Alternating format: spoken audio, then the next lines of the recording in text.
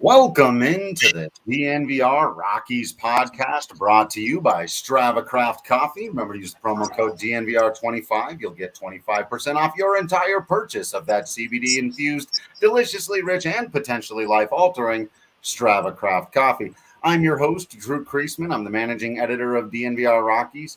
With me, as always, is beat writer Patrick Lyons, and joining us, as has become our weekly custom, is the voice of the Colorado Rockies on AT&T Sportsnet and the host of the Drew Goodman podcast. It's Drew Goodman. Is this where you go to the line, you tip your cap like an all-star game?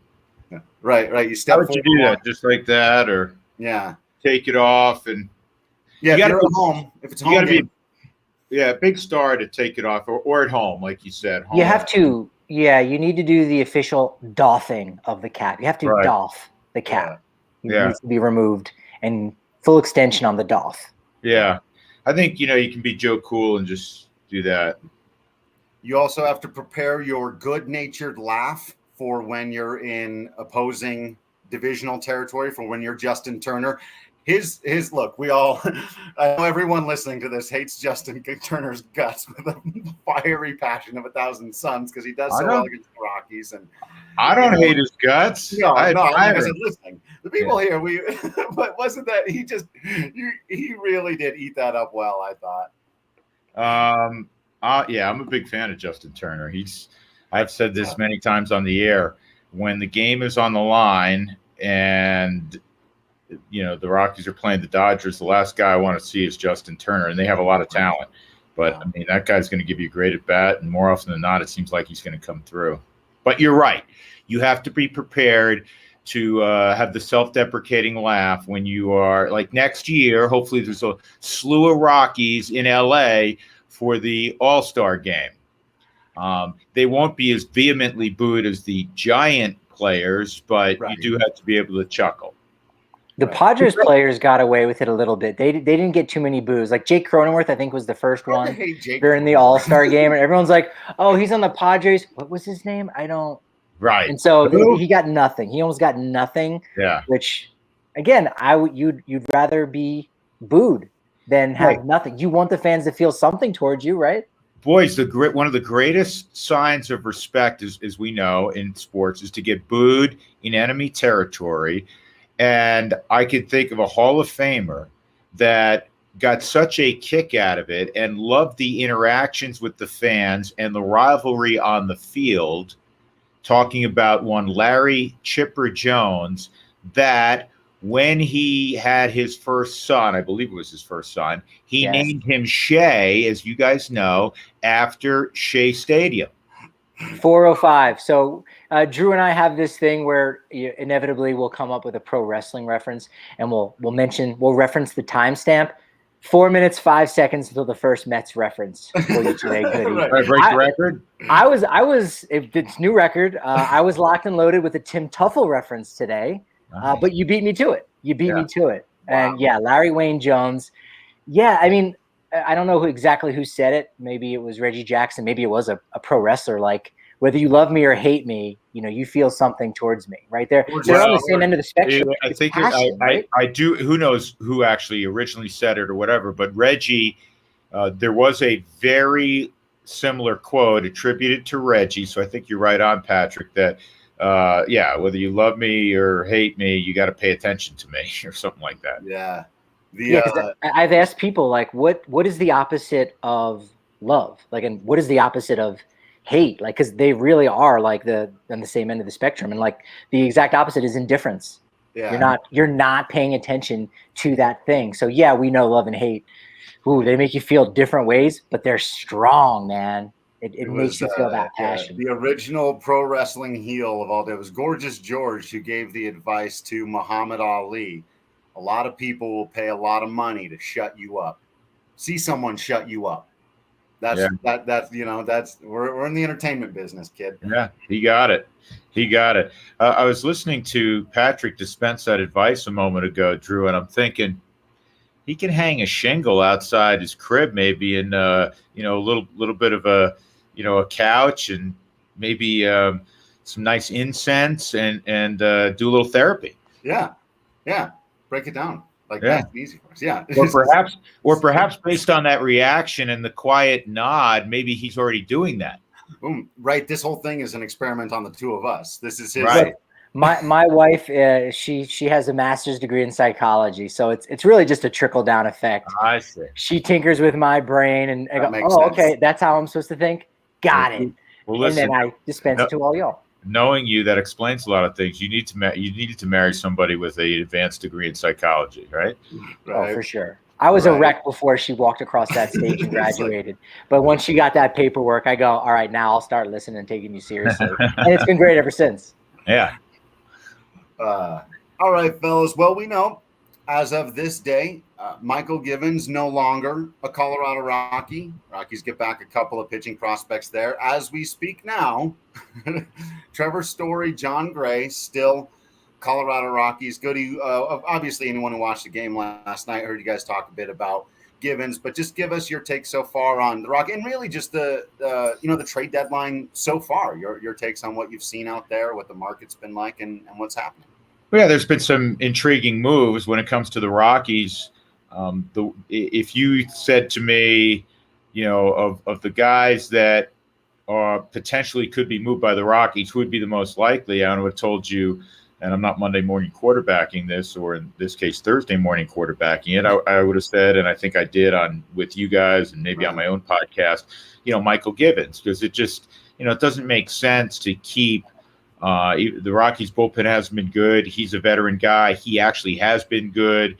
It's not some long-standing attachment to the Rockies, and you could get something back for him. So I figured he would get moved. They got, Case Williams back, who they drafted and they know well. He's a kid. He's 19 years of age, so it's going to be a while before we know what he is, what he becomes. I'm intrigued by Noah Davis. Spilly naturally was really excited. He's a gaucho, and he's got good numbers this year: 77 strikeouts in 66 innings. The walk rate a little higher than you'd like naturally, but the league, he's in the Florida State League.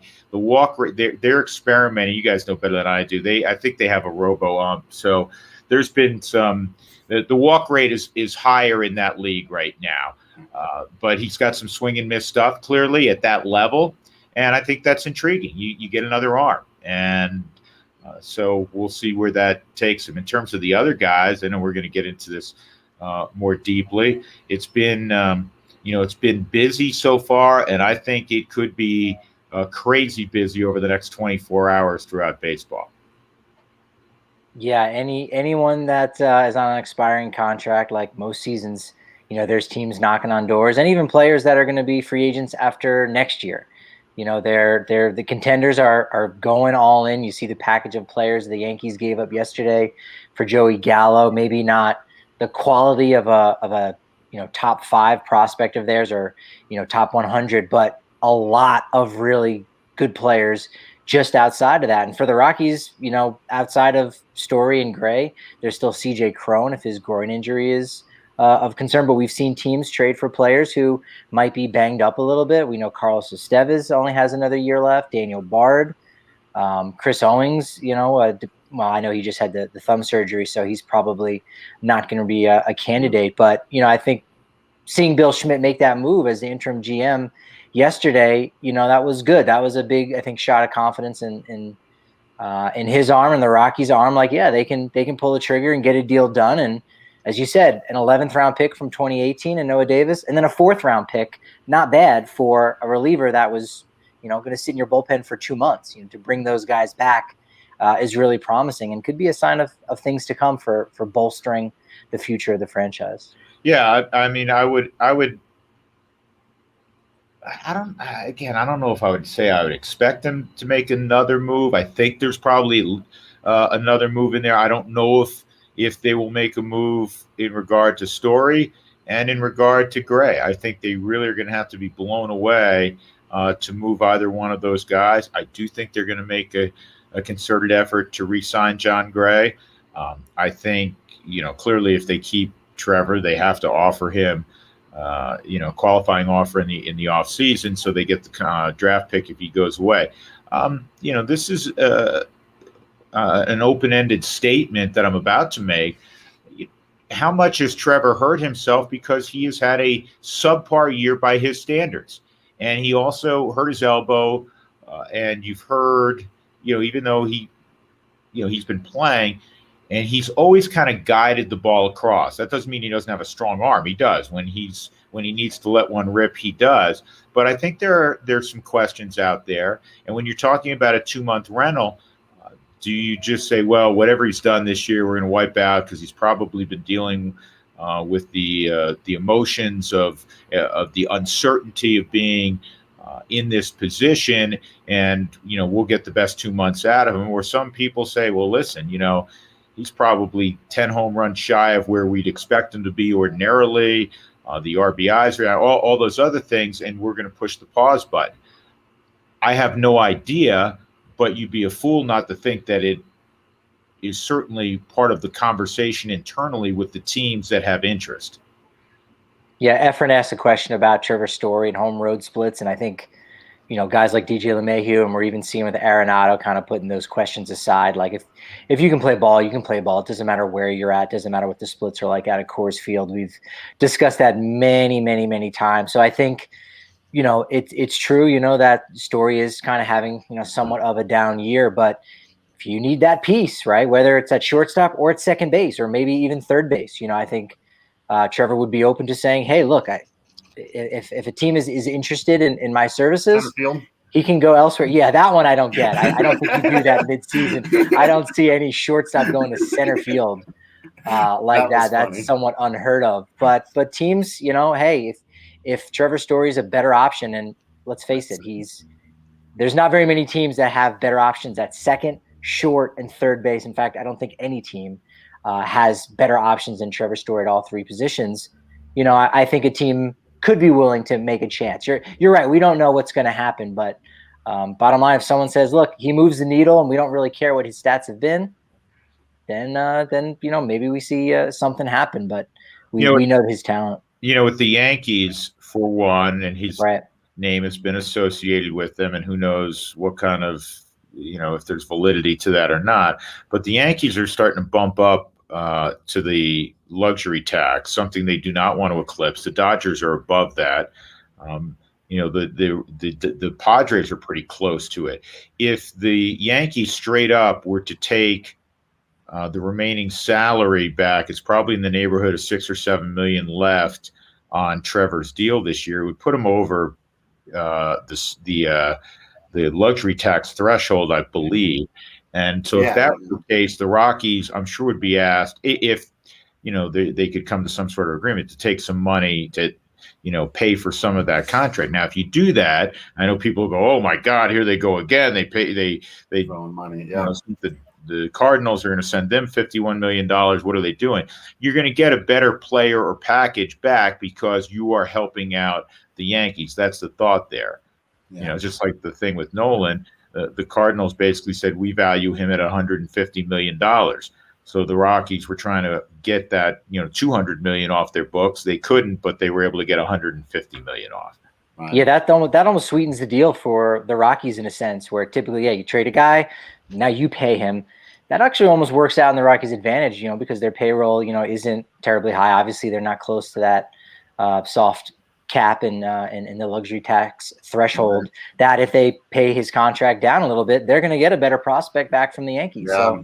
So, it's not like they're buying a prospect. It's just an industry standard thing that ends up happening. It's what happened with Adam Frazier going to the Padres, and we saw that. They got a nice little haul for a first-time All-Star. So it's interesting.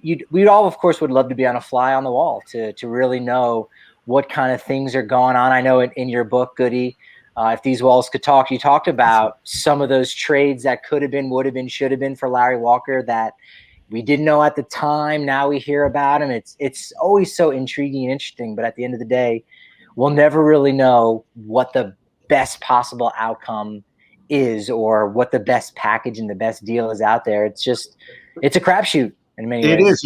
And Patrick, to your point, you don't know to down the road. And I know you guys watch all the ball games, and you may have caught Spilly and I talking about this last night. Spilly went back and he looked at the 05, I think it was MLB.com, or I think it was MLB.com. Doesn't matter. One of the rankings of the top 30, I think it was top 35 at the time, prospects in the Rockies organization in 05. For instance, Spilly was 31.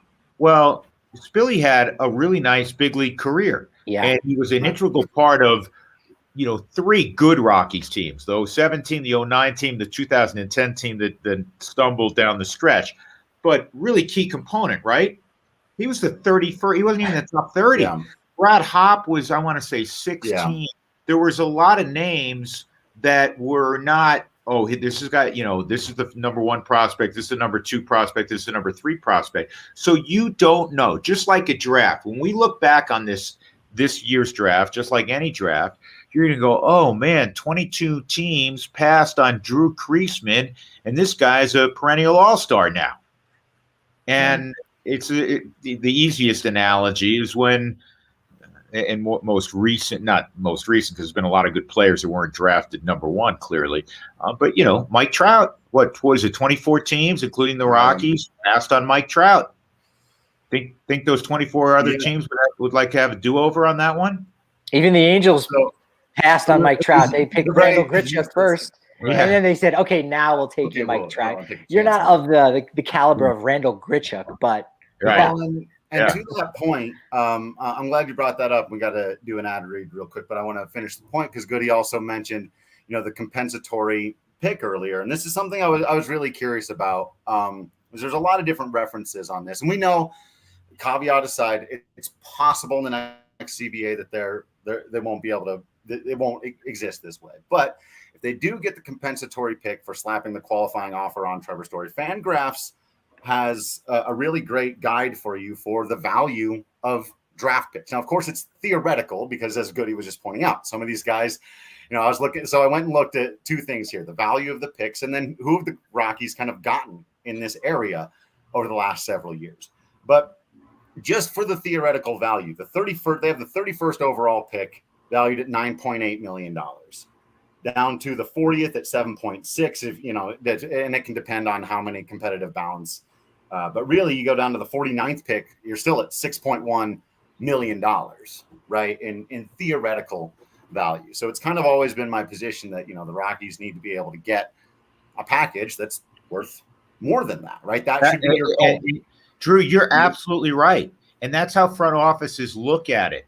It is somewhat of a math equation, not just, we like this package of prospects. And if you do get, you have to assign a dollar value to, they've done it with Case Williams. They've done it with Noah Davis in that little trade that they made. You have to do that.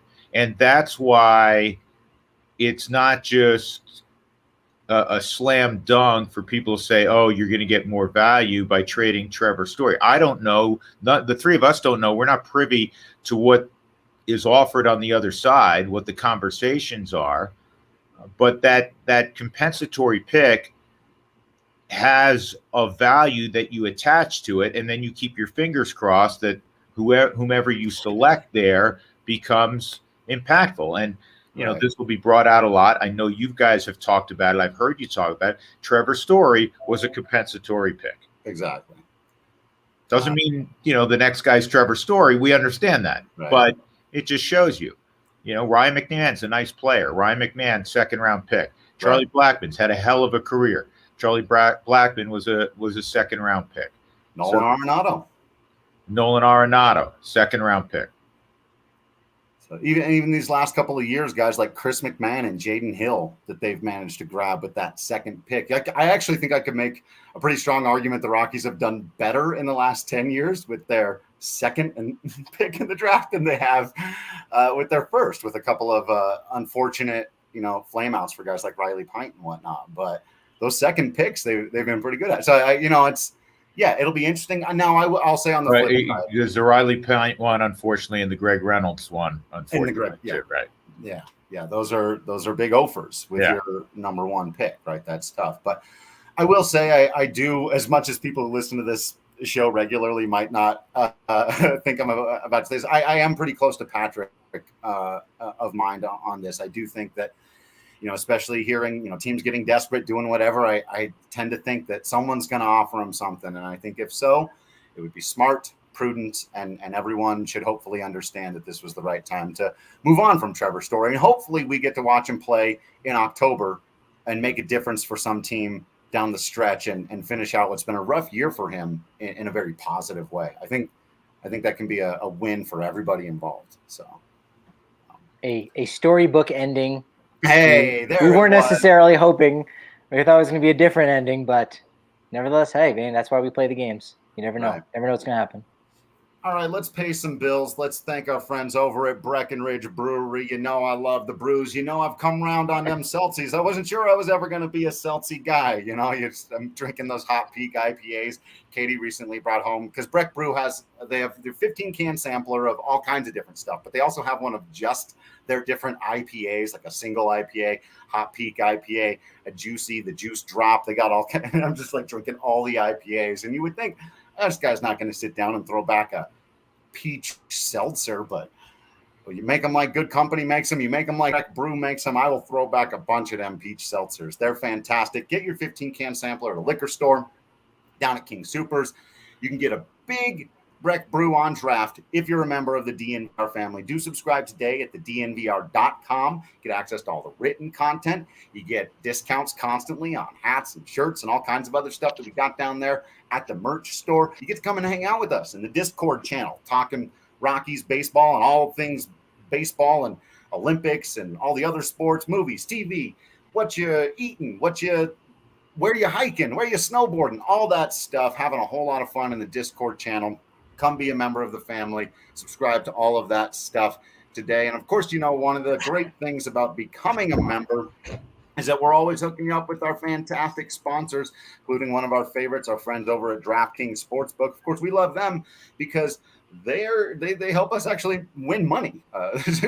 One of the usually with these sponsors, you spend money and then you get their product and it's very good, but you're out the money. Well, with this one, you actually end up with more money sometimes. I mean, let's be honest. Am I plus on the year? Look, these are not the important questions to ask. What's important is just to get out there, have some fun, lay a little bit of change on whatever you like. Overs and unders on strikeouts and runs scored and stuff like that. Though I did that whole rant about always taking the under on runs scored in Rockies games, and then they go out there and put a massive crooked number. 12 spot. Goody, would you ever, and again, there's probably, I think I know the answer, but there's probably only a few starting pitchers that if you're making a friendly wager with someone, you would bet that the starting pitcher would not only just do well, but would earn the win, right? Like how often, it's very infrequent that a starting pitcher earns the win. Would you say it would take a very special type of starting pitcher to make such a friendly wager where the starter would actually get the win? You have to be good friends with the manager who allows you to hang around long enough to have the possibility of getting a win. That is really becoming an antiquated stat to evaluate how good a starting pitcher is. Well, our guy Drew here nailed it. Yeah. That's what I'm saying. You need a guy that's like, look, there's a chance this guy won't come out of the game because he needs to get the 27th out. Well, our guy Drew, I got to big him up. He had Gomber the other night, not just to win or to have so many strikeouts. No, he said he's going to earn the W, and so I think that's kind of going out on a limb. These days, and he nailed it. It is. It helps when you're up 30-0 though. Yeah, they spotted. I was feeling good about it early on, no question of edging it, but I did. It's like you need a lot of things to line up to get that right. He could pitch a fantastic game and get the notice. I loved his response. I mentioned this on the air last night. Yes. He was pissed off. He was pissed. He gave you don't expect him to be happy. He gives up a homer, but some guys will be, I gave up a homer, but it's 12-2. He was pissed. He was pissed. He gave up that home run to Ohtani because he didn't like. I don't think he liked the pitch selection, and he certainly didn't like where he left the pitch pitch execution. Yeah. But it's another reason to really admire Austin Gomber as we all get to know him. He's got that, maybe not in the same demonstrative way, but he's got that same fire that Herman has, Kyle Freeland. I was going to say he was the most demonstrative of the rotation guys. They're great competitors, man. I loved it. We talked about it on the show, but when it happened, I agree with you. And I think he thought he had him too. I think he thought he had beat him on the previous pitch. If you recall, I'm sure you call it, but it was a foul tip for strike 3 that just he barely got a piece of and just wasn't quite held on to, which isn't on the catcher behind the plate. But I think that was the other thing going through his mind was, I had him.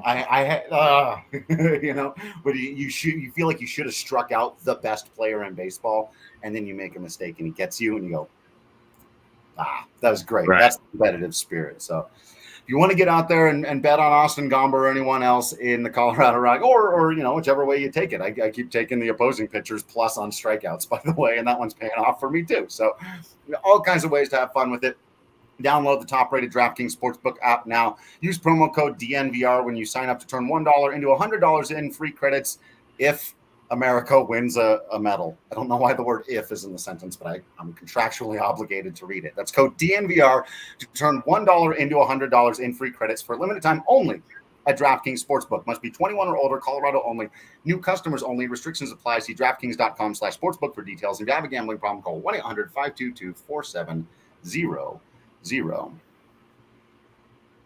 All right.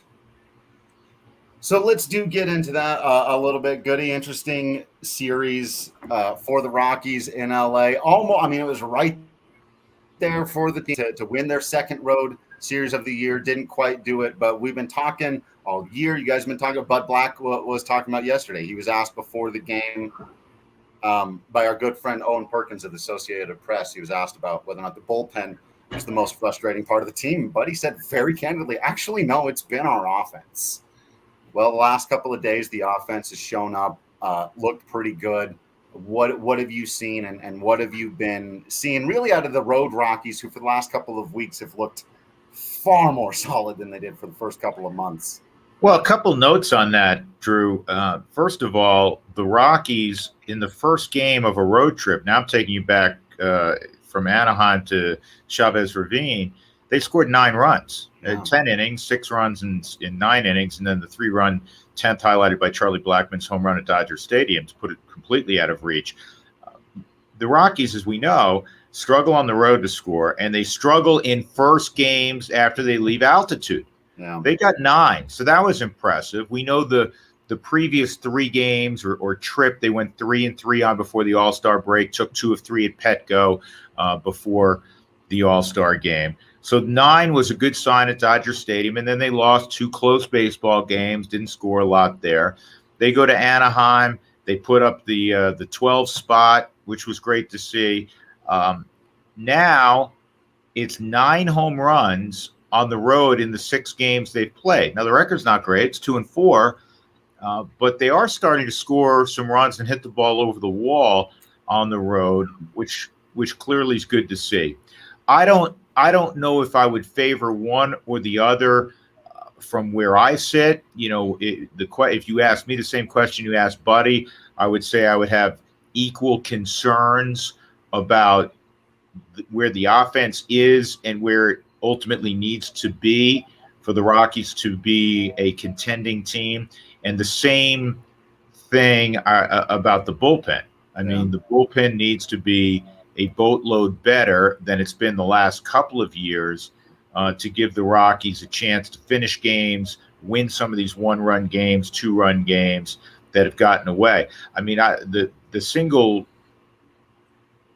I suppose, most salient point you could make that supports the fact that we know the bullpen, needs to be much better is that the rotation has been, by every measurement, outstanding going on 2 months, right? Yeah.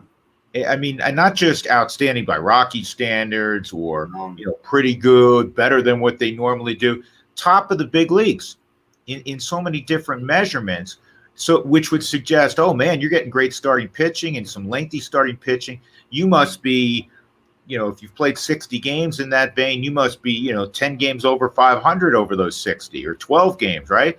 But they're not, which means there's other areas, other issues. Offense, certainly one. Don't dispute what Buddy said there. Agree 1,000%. But the bullpen as well. I think last night they battled their ass off. They were down 7-3. They get the 7-7. Big hit from Brendan Rodgers. You got a little bit of momentum back on your side, and unfortunately, Carlos Estevez gives up a run.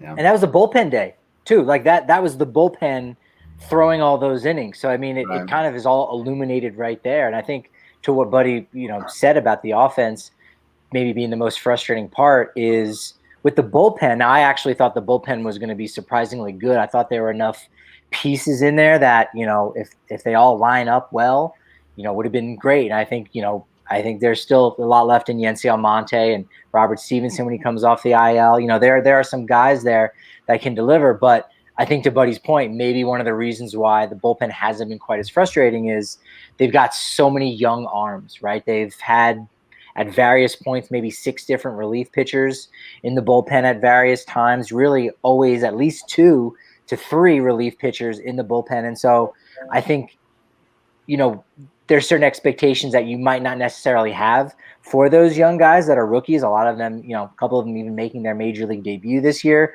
I guess it kind of tamps down the frustration in a sense, or expectations, because you go, yeah, these are young guys. They're figuring it out. It's frustrating, but it's to be expected a little bit. Whereas with the offense, those names and you feel like there should be more getting out of those bats. Yeah. I mean, if you're going to be honest in how you appraise it, I know you're being honest. I'm looking back to spring training.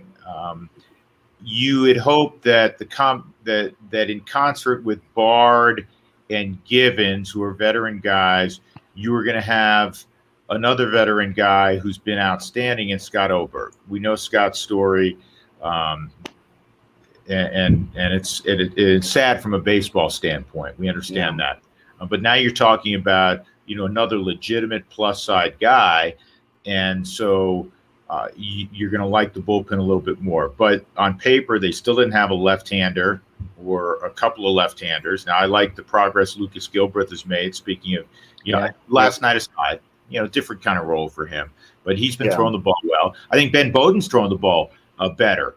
Last couple of times we've seen him, he had 2 good innings last night. But, when they broke camp, you had 2 really young guys, really inexperienced guys on the left side. So that was an area that certainly needed upgrading. It goes back to that line that's so familiar in baseball. You can never have enough pitching. You can never have enough depth. Mm-hmm. The Dodgers thought they had a ton of depth, and now they're scrambling trying to find starting pitching. Yeah, they got Jimmy Sherfy. Jimmy Sherfy. Jimmy Superfly Snuka, Creasman. There's your wrestling reference. There it is. There we Jimmy go. Superfly Sherfy. I like it. That could work. Off the top of the cage for us? No? Mm-hmm. I dig it, brother. He's got bigger arms than you. Just barely, though. I mean, you really got to hold up the tape measure to just slightly. So, one guy I did want to ask you about. So, again, going back to those, and Patrick and I know you've been big about this on the Drew Goodman podcast, talking about, who's a part of that solution, that next team that's going to be competitive for the squad. And I'll tell you who I'm enjoying every single time he comes to the plate these days, Goody, and that's Brendan Rodgers. I'd been high on him for a long time because I watched him very closely in the minor leagues, and I talked to scouts who we all know raved about this guy, and you see the things. But then, there's that group of people that they watch Major League Baseball, they see you show up at the show, and all right, kid, let's see it. And we just didn't from Rodgers, and we know injuries and all the things. So it just feels like for so long that every time, hope he does okay here. I hope this doesn't go super awful. And now you're going, man, I can't wait to see what he does now. Well, he's been one of the 2 best hitters on the road for the Rockies, Blackman being the other. The 2 balls he hit out at the Big A were big boy home runs, dead center field, no doubters. I mean, if you hit it over the center field wall, you can tip your cap, right? Those were no doubters to center field. He's a different guy from a confidence standpoint. I've spent a little bit of time with him. He came on the podcast about a month ago, and he admitted, and I appreciate this, when you really hear an athlete be candid, especially with the insecurity of being a young player, the insecurity of being a guy that has that comes along with a guy that a lot of expectations had been attached to you and you hadn't done much yet. So for him to come out and say when he finally hit that first home run that it was such a weight off of his shoulders, but it freed him up to kind of play to his talent level. And we don't know where ultimately he's going to reside as a big leaguer, but I think he's a middle of the order guy. I mean, I think he's going to be a 25 home run guy, good at bat guy, strong average guy that doesn't, strikes out below league minimum while being able to do damage, doubles, homers. I'm getting really excited about Brendan Rodgers. The Rockies have played 100, and I'm looking at my book. It's 102 games. Tonight's game number 103. One of the better stories as you try to provide answers, as you presented, Drew, for the group that's going to be part of the solution. There's no question, Drew. There's no question, not Drew Creasman, because we've got problems if that's the answer. You don't want me to be part of that solution. I'm gonna sit here. I'll talk about stuff. Let's. Yeah, but Brendan Rodgers has been a really nice story this year, and I think it just continues to grow. Yeah, he's really stepped up, this season, especially after those first couple of weeks of just kind of feeling comfortable. And yeah, now he is comfortable. He's, as you said, him and Charlie have been great on the road. He's actually hitting a little bit better on the road. If you look at his splits, he's been better away from Coors Field than at Coors Field. And he's been still really good. He's got 5 homers on the road versus 2 at home. So that's a good problem to have. I think if you're a ball player, and I wouldn't even necessarily say that's a problem because, for all intents and purposes, he's still a rookie, right? Like he hasn't had one full complete season and still hasn't played 100 games in the majors yet. So it's really good to see his growth coming along, as he is going to be one of those guys that's going to steer this franchise going forward with, so many of them, becoming free agents in the next couple years, and we'll see what happens this offseason with extensions. But Brendan Rodgers is going to be that guy going forward, and it's good that the statistics and his performance and his, just again, as you said, overall confidence is starting to reflect that place in the franchise future. I give a lot of credit to, fellas, and you guys know this because you're around the club. I give a lot of credit to Ryan McMahon in how he has handled, not that Ryan's, Charlie Blackmon, mid-30s, grizzled vet. I mean, he's still a youngish player, clearly, as well. But he's really gone out of his way to make Brendan Rodgers feel welcome, to talk up Brendan Rodgers, to promote Brendan Rodgers, because whether it is in the next 24 hours or 6 months from now when the Rockies, or whatever it is, 8 months from now, gather again at spring training, we know that there's a significant likelihood that Trevor Story is not a Rocky. And that means, again, barring some sort of additional move in the offseason, or maybe it's at the trade deadline, we don't know, Brendan Rodgers may be asked to play his natural position. And when he looks around, he's going to go, okay, Blackmon's the leader of this team. He's the mid-30s guy who has a great resume. After that, it's McMahon, and now it's my turn to step up with the Tapias, of the world, and that really good starting rotation. Hopefully the Rockies are able to keep that intact and build around that. But I think you're going to see a guy that can take a couple more steps from a confidence standpoint, based on not only performance, but based on going, this is I'm not saying solely my team, but I'm now one of the guys. And I don't think he ever felt that, even though he was a top flight prospect. When he came up and it was Nolan at third and Trevor at short, and I think DJ was still here, right? Initially. I mean, that's probably intimidating, even for a guy that was a big time prospect. And they want to see it. That. They want to see it. Yeah. Okay, I've heard a lot about this guy. This guy was drafted, what was he, third in the draft? I want to see it. Prove it to me. So there's more. There's definitely more there. So it'll be curious to watch. I love what you said there about McMahon and what he's been able to do for Rogers, because those are two guys similar age, 125, one and 26 years old, about to turn 27 in a half a year from now.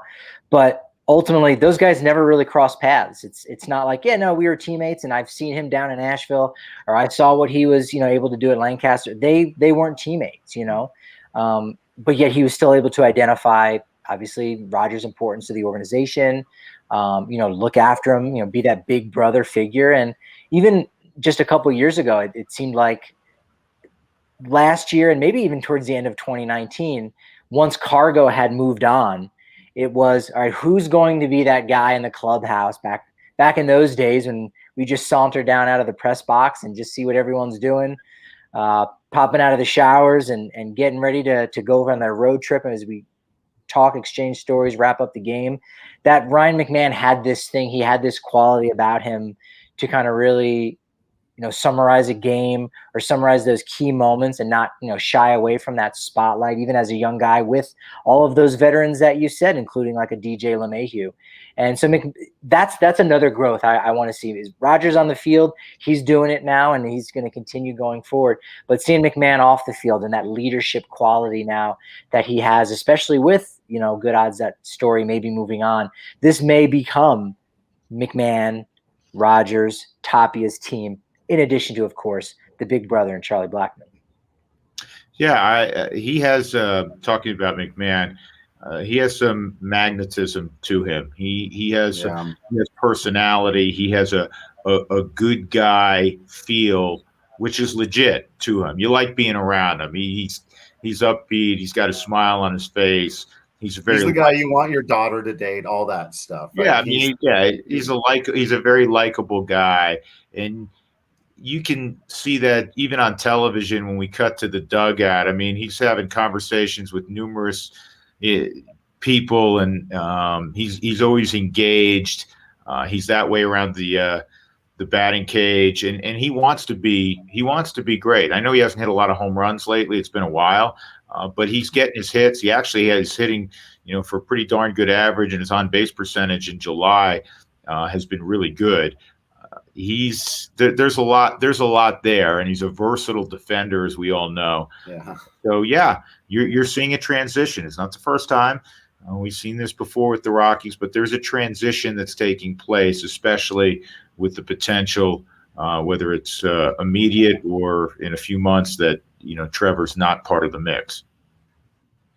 You reminded me of something there that I want to talk about. Speaking of the defense, there's something I wanted to share with you, but got to remember, of course, to get in touch with our friends. Well, they got defense over at Colorado XO's Infinity Park playing rugby. They got defense out there. It's so much fun going out to Infinity Park, watching the rugby. They got some Rugby Town Sevens tournament coming up the end of August. It's a whole lot of fun. You can also check the calendar there at Infinity Park at glendale.com/events, because they're showing movies and doing all kinds of fun stuff out there. I have a whole lot of fun chatting with our rugby guys. I got to go on their podcast and do a draft of Rockies players who might have made great rugbyers over the years. That was a whole lot of fun. I think we're going to do another one of those or similar to that. So make sure you're subscribed to the DNVR Rugby Podcast. You're following Colton Strickler on Twitter, and you're getting all of those updates. It'll put a big old smile on your face. And of course, that smile and the smiles of a lot of those rugby guys, I promise you, brought to you by our friends over at Green Mountain Dental Group. They need to get them taken care of. You need to get them taken care of. And the best place to do it is someplace that's going to make you feel like family, going to make you comfortable, and also knows about sports, knows about DNVR. They can take care of you. They can make you feel good. They'll also hook you up with the free Sonicare toothbrush when you schedule your cleaning, x-ray, and exam. Just 15 minutes outside of downtown Denver in Lakewood. Go over to Green Mountain Dental Group. They're absolutely fantastic. All right, Goody. So you mentioned that, and I was going through these defensive numbers the other day, and you were talking about it. But not only is McMahon a versatile defender by some measures, he's been the best defender in baseball. But what kind of blows my mind is the production that the Rockies have gotten specifically at third base, where they are, according to FanGraphs, they have 17 defensive runs saved at third base between Ryan McMahon and Joshua Fuentes. And I think it's the Pirates are in second place with 10. Like, that's just their third base defense has been extraordinary. DRS also really positive on Elias Diaz behind the plate. Raimel Tapia has taken a huge leap forward. He's now second, he's been tied for second and third, kind of going back and forth between that and DRS in left field.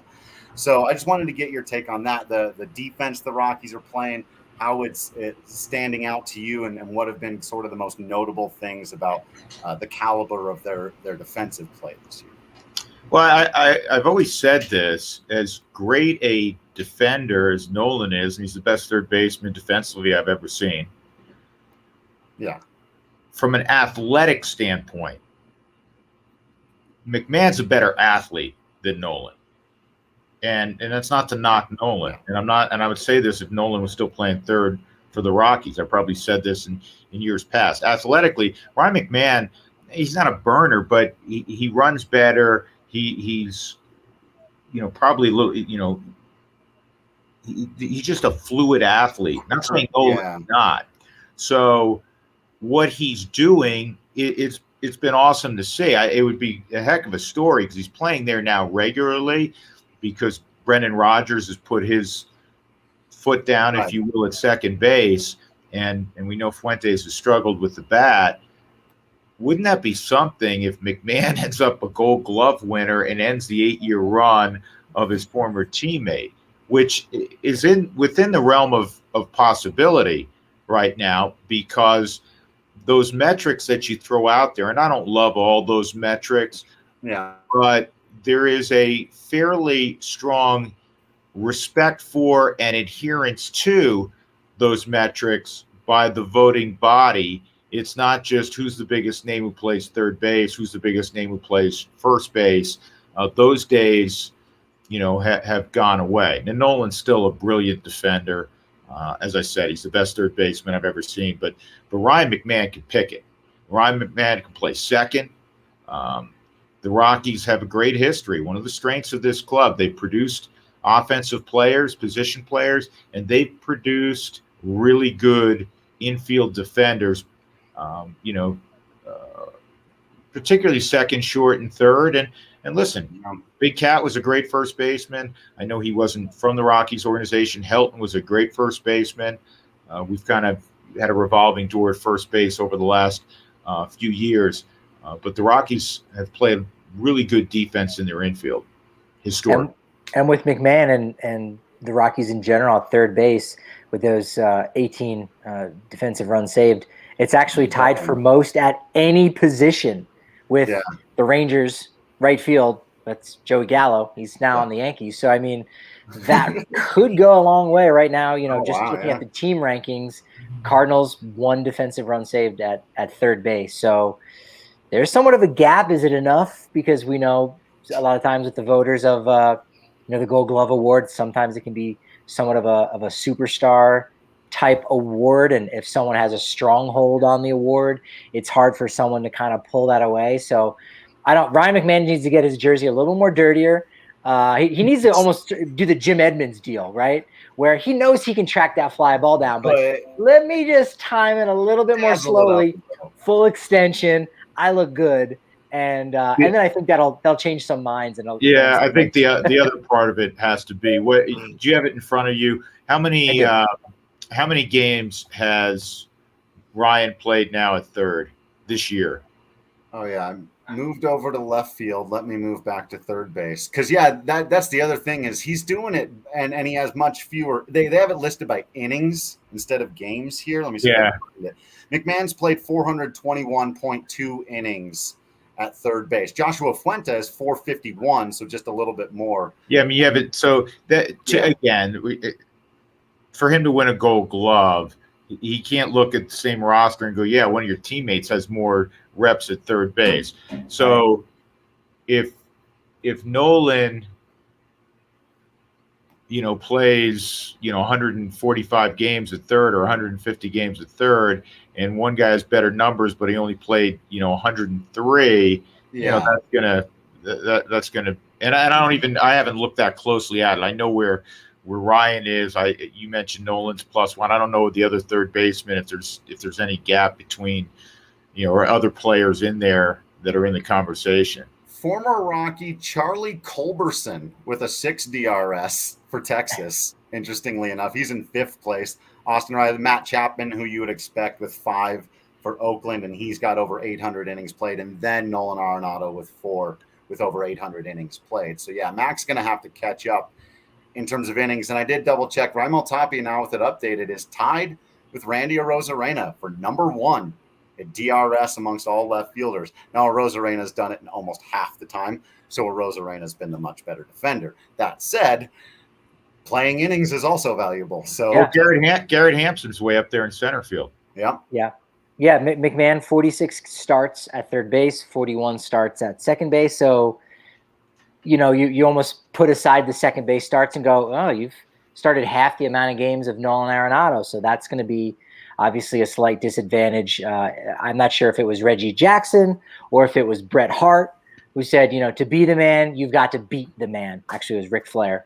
I was wrong on both of them. But Ric Flair. And so you're right. If he's the incumbent champ, if Nolan's the incumbent champ, it's got to be clear. You clearly. So unless they change the award, we can give a Gold Glove out for a team effort, and that would still go to the Rockies once again. But if it's the player, we'll see what happens in these final 59, 60 games left in the season. That would be – what a story that would be, wouldn't it, though? And like Goody said earlier, with Rogers sort of taking over more at second, I think he's going to stack them up. He's not going to catch him, but he's going to make it compelling. It'd be a nice story, but here's what I'm about, and I know here's what you're about, and certainly here's what the fans are about. Lay it on us. At the end of the day, I don't give a bleep about any of that. Yeah. I mean, it's great. Yeah. It makes for a nice podcast conversation that we're enjoying today. But it's about wins and losses, man. Wins and losses. It's about wins and losses. And I do think you need to play strong defense to be a winning team, but clearly the other components have to be better. Yeah. So, it's that offense and bullpen stuff we were talking about earlier. Right. Right. All right, Goody. Plug the show for the week, and let's let the people out of here. Ooh, yeah, it's a good one. It's a good one with Connor Joe. I won't no spoilers, but it's fantastic. Joe. Thanks, Patrick. And thanks for listening. I think you're always like the first listener, because I think it's like when it drops Thursday morning, Patrick is always listened. I'm up at 5:30, 6 a.m. Yeah, no? Right. I haven't yet. I usually will get to it by late today or Friday, that sort of thing when I'm running. Your editor nailed it. Don't worry. He did a good job. Let me tell you what, Mark Andrews, Marky's great.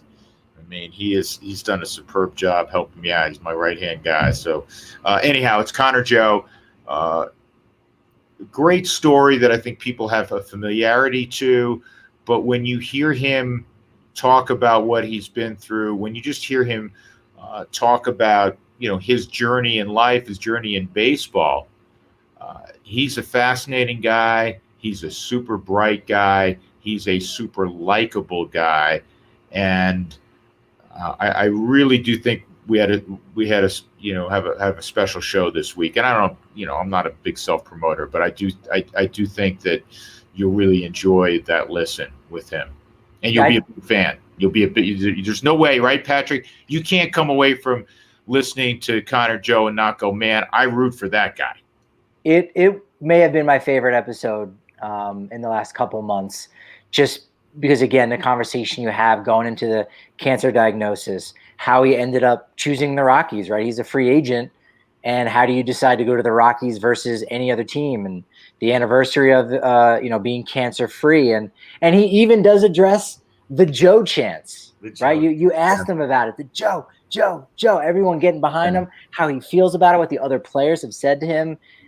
It's kind of timeless, to be honest. It's one of those where I think, even in 5 years' time, you go, do you remember that moment in time? Connor Joe, he had played a couple years with the Rockies, whatever it was, but how that was a real big story at the time. I think this one is one of those evergreen episodes. It's really timeless. I thought it was fantastic. Yeah, no, I appreciate the plug, and again, you come away a fan of Connor Joe. You come, I think we all were anyhow, guys like us, because we've seen him and a little bit, but you'll come away a big fan. Yeah. Well, this show is ending, so you should go and listen to that show immediately. You're on your podcast app. You can download it and listen to it the exact same way you're listening to this show right now. Drew Goodman Podcast. It's not hard to find. It's not hard to remember. It's very cleverly titled, I must say. Hey, look, sometimes you just make it easy on people. You find your way. Make sure you check out the Connor Joe episode. You do not want to miss that. Make sure you're following everybody on social media at Drew Creasman, at Patrick D. Lyons, at Drew Goodman 42, and of course at DNVR_Rockies. Got to subscribe to the DNVR.com for all the written content, the access to the Discord, the discounts, the free shirts when you get the annual subscription, all the cool stuff that comes with becoming a member of the family. We appreciate you all for listening to this episode. Can only ask that you continue to be absolutely awesome baseball fans out there. We promise to continue being absolutely Patrick Lyons, Drew Goodman, and Drew Creasman in here. And until next time, we will see you at the ballpark.